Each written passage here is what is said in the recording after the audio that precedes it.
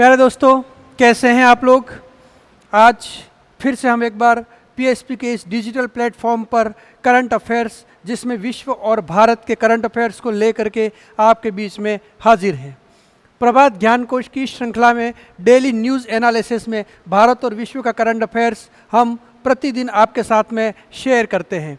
उम्मीद है आपको हमारी जो ये कक्षाएं हैं वो निरंतर उपयोगी साबित हो रही होंगी। आज की जो पहली हमारी खबर है वो संबंधित है ISSF से संबंधित है। ISSF क्या है? जब हम लोग इसकी बात करते हैं तो ISSF जो है वो अंतर्राष्ट्रीय निशानेबाजी खेल महासंघ है। क्या है ये? ISSF की फुल फॉर्म क्या है? अंतर्राष्ट्रीय निशानेबाजी खेल महासंघ, ठीक है, जिसकी स्थापना 1907 में की गई।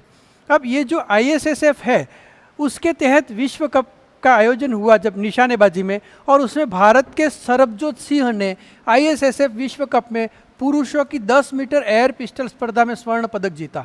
ठीक है, तो भारत के है ये, और इनका नाम क्या है? सरबजोत सिंह। क्या नाम है इनका? सरबजोत सिंह। और सरबजोत सिंह ने क्या किया? स्वर्ण पदक जीता है। कौन सा पदक जीता है दोस्तों? स्वर्ण पदक जीता है। और स्वर्ण पदक किसमें जीता है? पुरुषों की 10 मीटर एयर पिस्टल स्पर्धा में, है ना। पुरुषों की स्पर्धा है और कितने मीटर की है? 10 मीटर की एयर पिस्टल स्पर्धा में इन्होंने जो है स्वर्ण पदक जीता है। तो भारतीय निशानेबाज सरबजोत सिंह ने जर्मनी के म्यूनिख में ISSF विश्व कप 2024 में पुरुषों की 10 मीटर एयर पिस्टल स्पर्धा में स्वर्ण पदक जीता, है ना। तो ये जो है हमारे लिए एक महत्वपूर्ण खबर है। तो ISSF का फुल फॉर्म क्या हो जाएगा? अंतर्राष्ट्रीय निशानेबाजी खेल महासंघ। और ये स्पर्धा कहाँ पर हुई थी? ये स्पर्धा जो हुई थी, विश्व कप का जो ये आयोजन हुआ था वो कहाँ पर हुआ था? जर्मनी के म्यूनिख में हुआ था। और वहाँ पर पुरुषों की 10 मीटर एयर पिस्टल स्पर्धा में स्वर्ण पदक जीतने वाले भारतीय निशानेबाज का नाम क्या है? सरबजोत सिंह। क्या नाम है? सरबजोत सिंह। ठीक है, अब फिर अगली खबर हम लोग जब बात करते हैं RBI से संबंधित है। RBI जिसको हम लोग बैंकों का बैंक कहते हैं, रिजर्व बैंक ऑफ इंडिया, और इसकी स्थापना कब हुई थी? 1 अप्रैल 1935 को हुई थी। और रिजर्व बैंक जो है वो भारत में बैंकिंग व्यवस्था को सुचारू रूप से चलाता है। तो रिजर्व बैंक की जब अपन लोग बात करते हैं तो रिजर्व बैंक जो है वो प्रति 3 माही में एक बार जो है वो अपने विभिन्न प्रकार की दरें और अपना जो भी डेवलपमेंट हो रहा है या जिस प्रकार की भी प्रगति है उसका रिपोर्ट कार्ड प्रस्तुत करता है, जिसके तहत अभी जो है RBI ने विकास और मुद्रास्फीति के बीच संतुलन बनाए रखने के लिए रेपो दर को 6.5% पर अपरिवर्तित रखा है। तो वर्तमान में रेपो दर कितनी है? 6.5। पहली त्रिमाही जो थी लास्ट वाला, उसमें भी उसने कितना रखा था? 6.5 रखा था। और अभी भी रेपो रेट कितनी है? 6.5% है।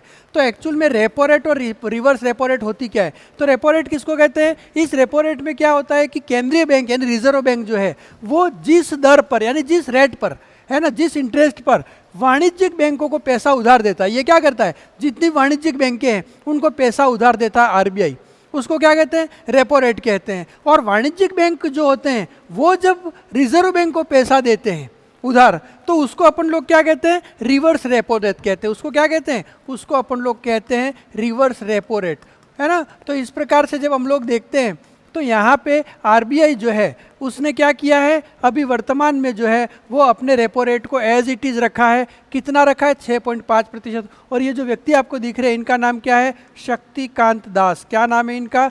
शक्तिकांत दास। और ये जो है वो रिजर्व बैंक ऑफ इंडिया के गवर्नर हैं।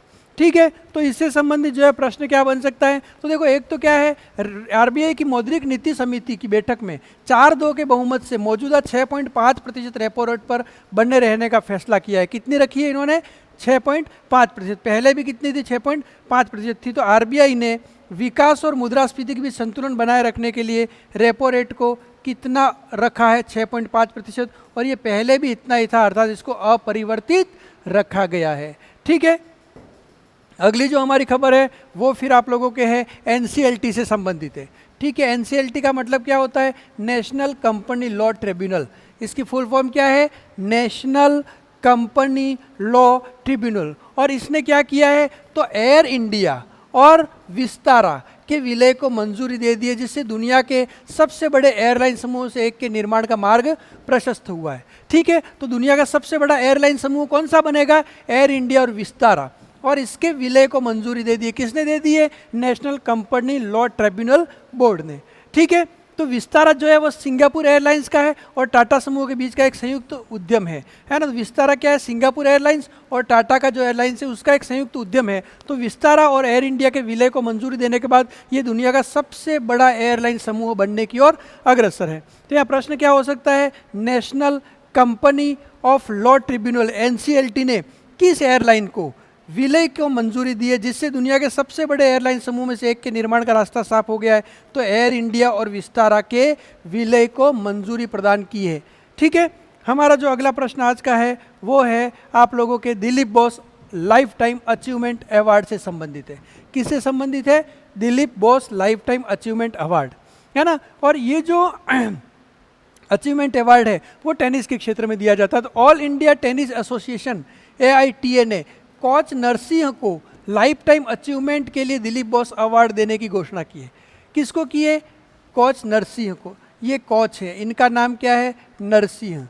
ठीक है, और नरसिंह को जो है लाइफ टाइम अचीवमेंट अवार्ड देने की घोषणा की है, दिलीप बोस अवार्ड। और उस अवार्ड का नाम क्या है, Dilip Bose award. Dilip Bose life time achievement award देने की घोषणा की है। किसने की है, ऑल इंडिया टेनिस एसोसिएशन ने। किसको दी है, तो ऑल इंडिया टेनिस एसोसिएशन ने टेनिस के कोच नरसिंह को लाइफ टाइम अचीवमेंट के लिए दिलीप बोस अवार्ड से सम्मानित किया गया।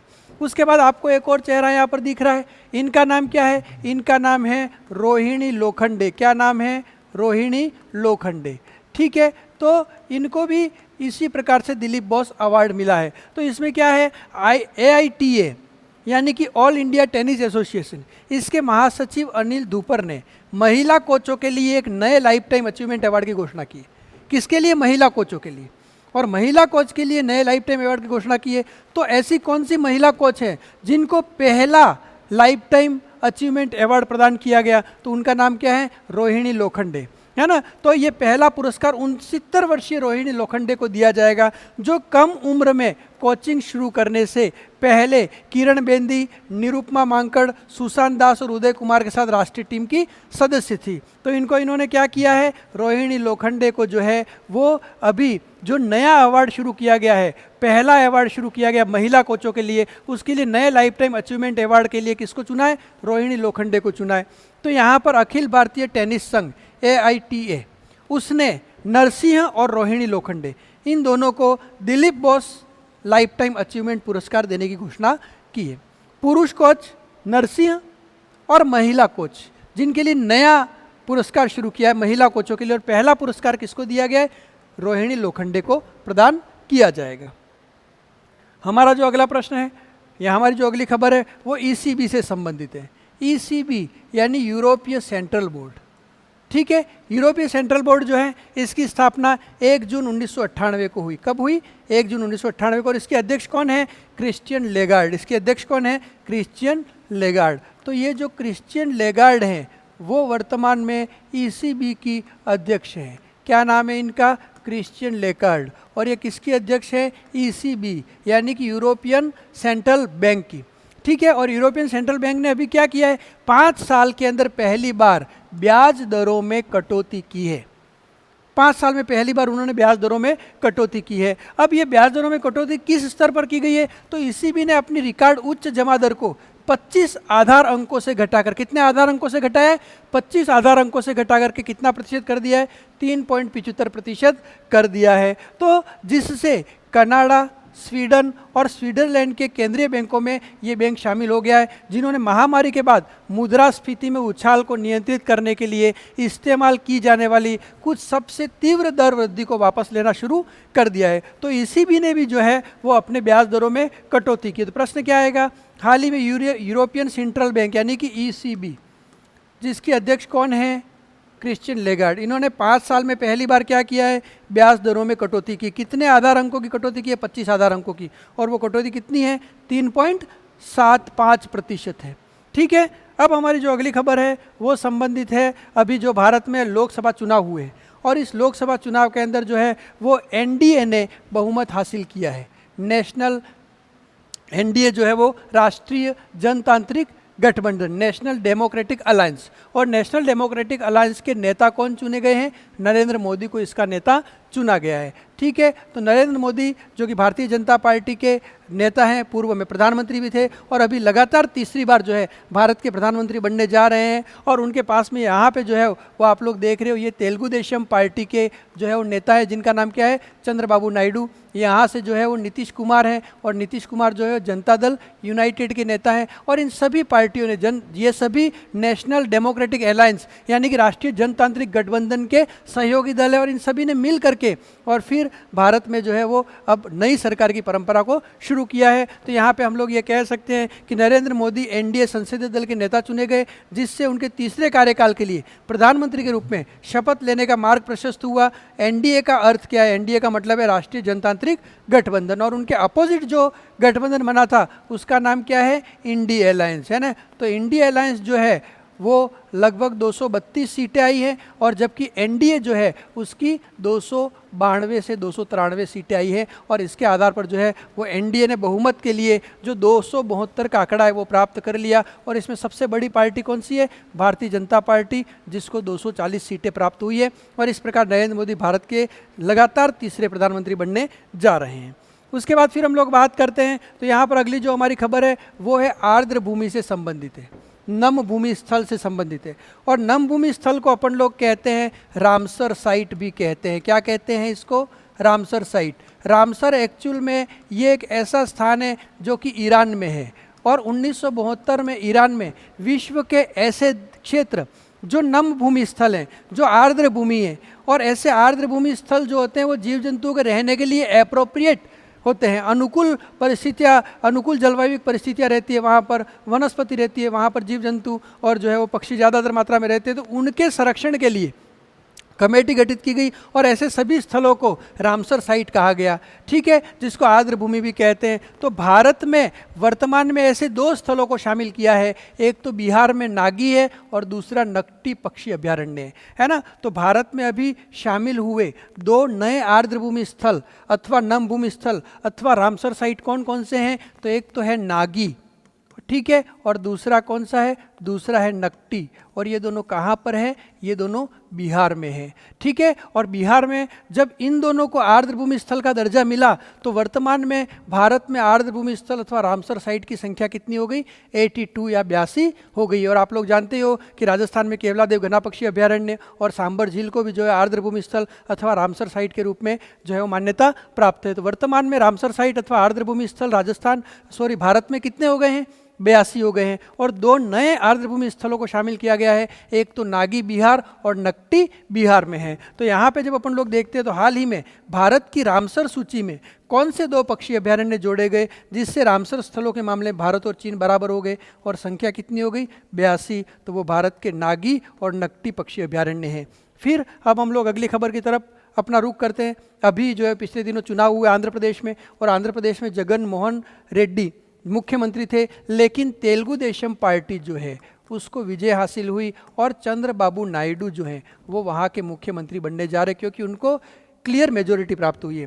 तो उसके बाद वहाँ का जो नया मुख्य सचिव किसको नियुक्त किया गया है? नीरब प्रसाद को नियुक्त किया गया है। तो ये नीरब प्रसाद है, ठीक है, जिनको जो है वो नया मुख्य सचिव नियुक्त किया गया है। किसको? नीरब प्रसाद को। कहाँ के? तो आंध्र प्रदेश का नया मुख्य सचिव नियुक्त किया गया है। तो नीरब कुमार प्रसाद को आंध्र प्रदेश के नए मुख्य सचिव नियुक्त किया गया है, जो राज्य में सत्ता परिवर्तन के बाद में नए मुख्य सचिव नियुक्त किए गए हैं। अब आंध्र प्रदेश की बात करते हैं तो आप लोगों को पता ही है कि आंध्र प्रदेश जो है उससे अलग हुआ राज्य कौन सा? तेलंगाना। तो अभी पिछले समय तक दोनों की संयुक्त राजधानी थी हैदराबाद, जो कि 10 साल का कॉन्ट्रैक्ट हुआ था। लेकिन उसके बाद में अभी जो है आंध्र प्रदेश की राजधानी किसको घोषित कर दिया गया है? अमरावती आंध्र प्रदेश की राजधानी है। और उसके राज्यपाल कौन है? एस अब्दुल नज़ीर। राज्यपाल का नाम क्या है? एस अब्दुल नज़ीर वहाँ के राज्यपाल हैं। राजधानी कौन सी? अमरावती है। तथा वहाँ के मुख्यमंत्री कौन बनेंगे? चंद्रबाबू नायडू। और वहाँ के मुख्य सचिव किसको नियुक्त किया गया है? नीरब कुमार प्रसाद को मुख्य सचिव नियुक्त किया गया है। ठीक है, अब हमारी जो अगली खबर है वो संयुक्त राष्ट्र महासभा से संबंधित है। वहाँ सुरक्षा परिषद जो है उसमें 5 तो स्थायी सदस्य हैं और अस्थायी सदस्य 15 हैं। इनमें जो है वो अस्थायी सदस्य लगातार स्थायी नहीं, अर्थात वो बदलते रहते हैं। तो इसमें वर्तमान में अस्थायी सदस्यों में 5 नए सदस्यों का चुनाव किया गया है ना। और ये सदस्य कितने साल के लिए होते हैं? 2 साल के लिए होते हैं। तो संयुक्त राष्ट्र की महासभा ने एक तो डेनमार्क, ग्रीस, पाकिस्तान, पनामा और सोमालिया को 15 सदस्यीय संयुक्त राष्ट्र सुरक्षा परिषद में 1 जनवरी 2025 से शुरू होने वाले 2 साल के कार्यकाल के लिए चुना है। इनका कार्यकाल कितना होता है? 2 साल का होता है और ये स्थायी नहीं होते, अस्थायी होते, हर 2 साल के बाद में बदलते रहते हैं। ठीक है, तो ऐसे 15 सदस्य, इसमें से 5 सदस्यों को अभी चुना गया है। इसमें डेनमार्क भी है, ग्रीस है, पाकिस्तान है, पनामा है और सोमालिया है। तो हमारे भारत के पड़ोसी देश पाकिस्तान को भी जो है इसके लिए चुना गया है। तो यहाँ पे हम लोग देखते हैं हाल ही में संयुक्त राष्ट्र महासभा ने 15 सदस्यीय संयुक्त राष्ट्र सुरक्षा परिषद में 1 जनवरी 2025 से शुरू होने वाले 2 साल के कार्यकाल के लिए किस भारतीय पड़ोसी देश को चुना है, भारत के पड़ोसी देश को। तो वो देश कौन सा है? पाकिस्तान है। ठीक है, अब फिर हम लोग यहाँ से आगे बढ़ते हैं। अगली जो हमारी खबर है वो किससे संबंधित है? TII से संबंधित है। ट्यूब इन्वेस्टमेंट ऑफ इंडिया ने कार्यकारी उपाध्यक्ष के रूप में जब अपन लोग देखते हैं तो यहाँ किसको चुना है? वेल्लेन सुबैया को चुना है, जो EY world entrepreneur of the year 2024 चुना गया, अर्थात उनको एंटरप्रेन्योर ऑफ द ईयर 2024 चुना गया। EY वर्ल्ड एंटरप्रेन्योर, EY का मतलब क्या है? Ernst and young. इसका मतलब क्या है? Ernst and young. ठीक है, एंटरप्रेन्योर ऑफ 2024 यानी 2024 के एंटरप्रेन्योर के लिए चुना गया। किसको चुना गया है? तो इनका नाम है वेल्लेन सुबैया। क्या नाम है इनका? वेल्लेन सुबैया इनका नाम है। तो इस साल किसे EY world entrepreneur of the year 2024 चुना गया है? तो क्या नाम है? वेल्लेन सुबैया इनका नाम है। ठीक है, उसके बाद में जब हम लोग देखते हैं तो ये जो है भारत और विश्व का आज का करंट अफेयर्स था। उम्मीद है आपको हमारी ये क्लासेस पसंद आती होंगी। निश्चित रूप से आप आपका फीडबैक जो है वो हमें निरंतर देते रहिए और आप इन क्लासों को एंजॉय करिए। आप सभी को बहुत बहुत धन्यवाद, आभार, शुक्रिया।